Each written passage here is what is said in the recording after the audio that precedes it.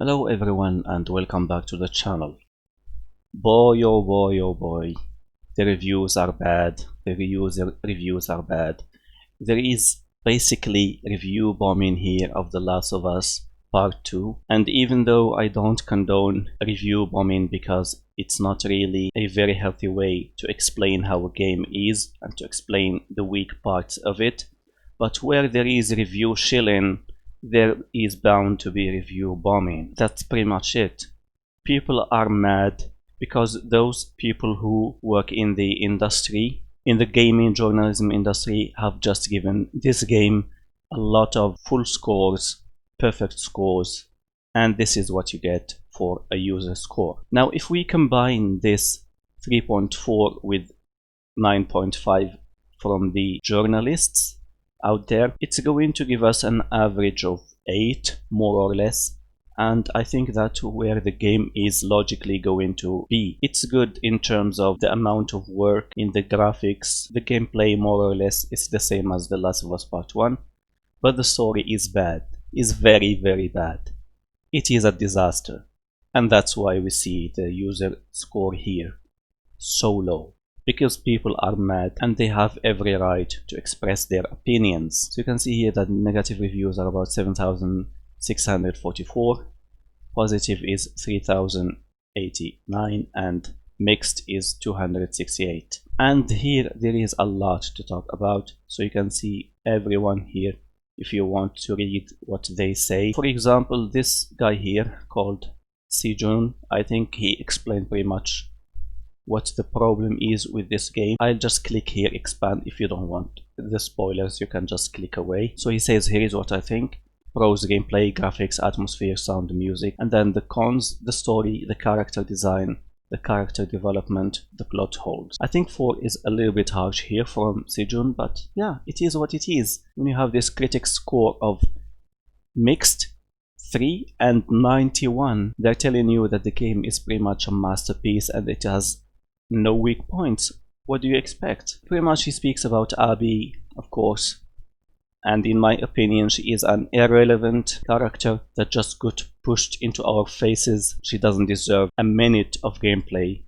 We don't have to play with her, but we were forced to. And then another one called Crisis Core 20 says, this game is not bad because of SJWs. This game has poor, contrived writing that is trying to prove a point. It is forced and unconvincing.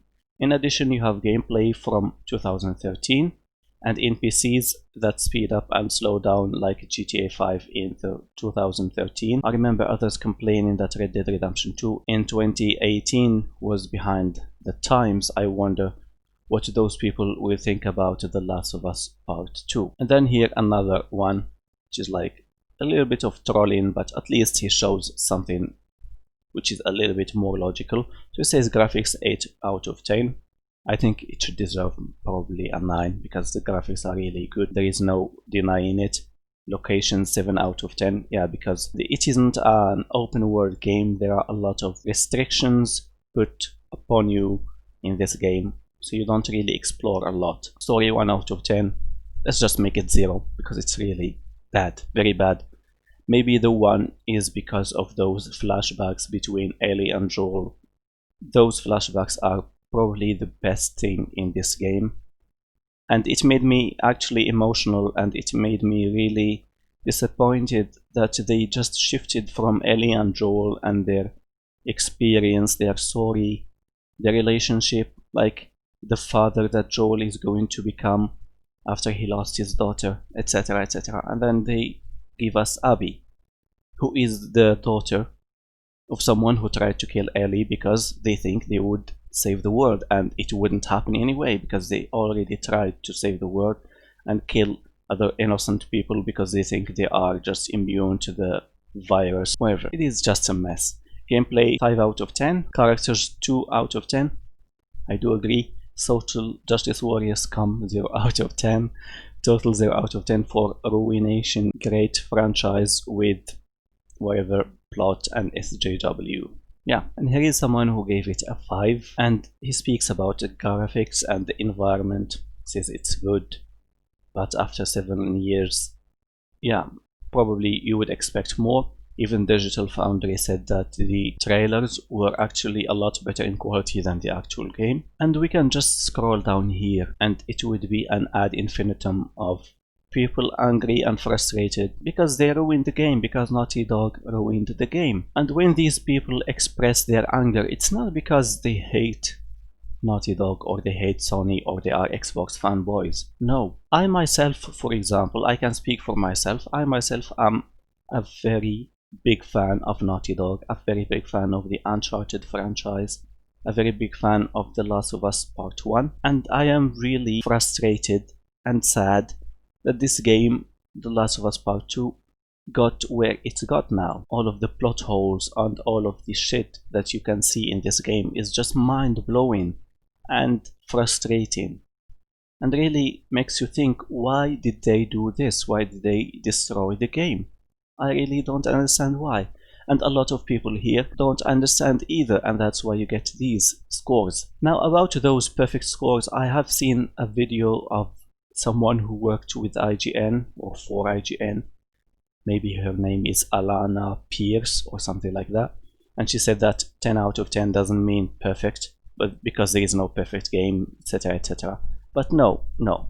If you give 10 out of 10, it means that it is the best it can be. And this game is not the best it can be. Full stop. She also said that people or reviewers are afraid of the gaming community, the public, because if they give a bad score, they would be attacked. It is true to some extent, but that doesn't mean that you have to give perfect scores just to get away from the backlash and criticism. I mean, if you give it like a 9 or an 8.5 or something like that, yeah. But when you give this game a 10 and you give, for example, a Zelda game a 7, what do you expect? Obviously, you would expect a lot of backlash. And all of these people here that you see expressing their frustration, you see that a lot of people agree with them. So here, for example, this 0, like 160 out of 192 people found this helpful. Yeah, the frustration is real. Everyone is mad, understandably so. Naughty Dog, shame on you. We really wanted a good game. We really wanted it. It's not like hating you. We wanted a good game to play, but you ruined it and you blew it. Thank you for watching. If you enjoyed the video, please leave a thumbs up and subscribe for more. I will talk to you again soon. Have a good one.